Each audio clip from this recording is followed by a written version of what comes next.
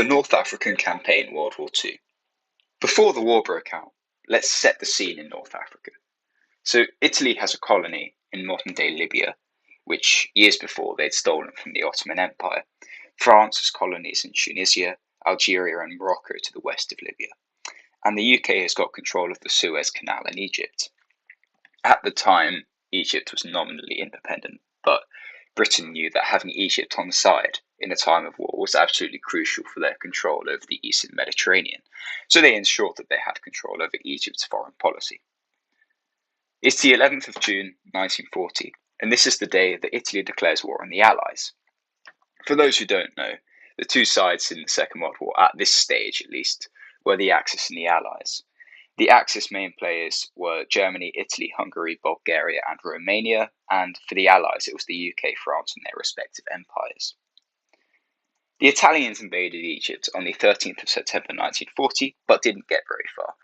In fact, many times during the Second World War, Italy proved that it didn't really have a particularly capable fighting force. The Italians' limited advance made it to Sidi Barrani, where they built fortified camps and waited for the inevitable British pushback, and this came in the form of General Archibald Wavell's Western Desert Force, which consisted of 36,000 men. They attacked the Italian positions and forced them to abandon their camp. Clever use of motorised divisions by the British, led by Lieutenant General Richard O'Connor, ensured that the Italians were harried all the 840 kilometres back to Libya. The British advance halted at El Agheila on the 7th of February 1941, and by this point, 130,000 Italians had been captured.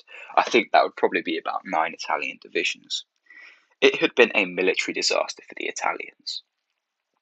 The Germans now realised that the North African front needed to be bailed out by them, or it could be lost completely. On the 11th of February 1941, Major General Erwin Rommel and his Afrika Corps landed at Tripoli. And just a month later, on the 24th of March, Rommel attacked the British lines. He was hoping to encircle the British 3rd Armoured Brigade. An armoured brigade, for those who don't know, is a tank brigade. And the British forces in North Africa were a lot weaker at this stage because troops had been moved to Greece and East Africa. Rommel's advance was deadly, and though he didn't manage to encircle the 3rd Armoured Brigade, the British were back on the Egyptian frontier by the 13th of April. The 9th Australian Division, however, hadn't managed to retreat with the rest of the armies, and they had become encircled in the town of Tobruk. Wavell was replaced by General Claude Auchinleck.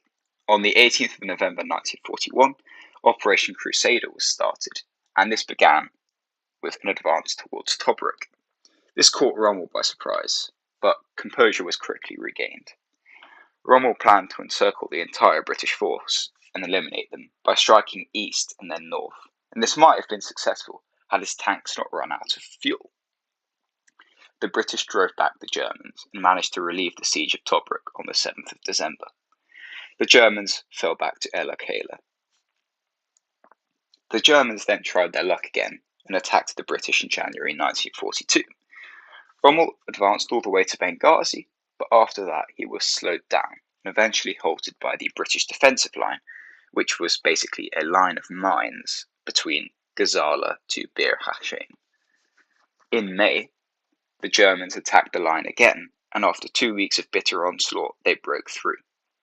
The British coordinated a retreat back to Egypt and were pushed all the way back to El Alamein. The First Battle of El Alamein ensued, and the British halted the German advance. The last attempt to push further into Egypt was made by the Germans in August 1942, but this was repulsed. Lieutenant General Harold Alexander now took over as chief officer in the Middle East for Britain. He did not advance for 2 months, instead ensuring that he had received necessary supplies for his armies and retrained a lot of his troops. But on the 24th of October 1942, the British then did attack German positions. Eventually, on the 4th of November, Lieutenant General Bernard Montgomery broke through with his armour division at the Second Battle of El Alamein. The Germans and Italians fled into a retreat. Tobruk and Benghazi were taken by Britain, and eventually, by the 23rd of November, the British were back in El Agheila. On the other side of Northern Africa, Operation Torch was underway. This was a naval invasion led by General Eisenhower, an American general, because the Americans at this point were now in the war, and this targeted Morocco and Algeria. When France had fallen to the German invasion in 1940, the colonies of Morocco and Algeria had reverted to the collaborating French state named Vichy France, which is why these areas were now at least somewhat hostile for the Allies. Vichy France did quickly agree to a ceasefire with the advancing forces, which now made it all the way to Tunisia before the Germans reacted and blocked their path east.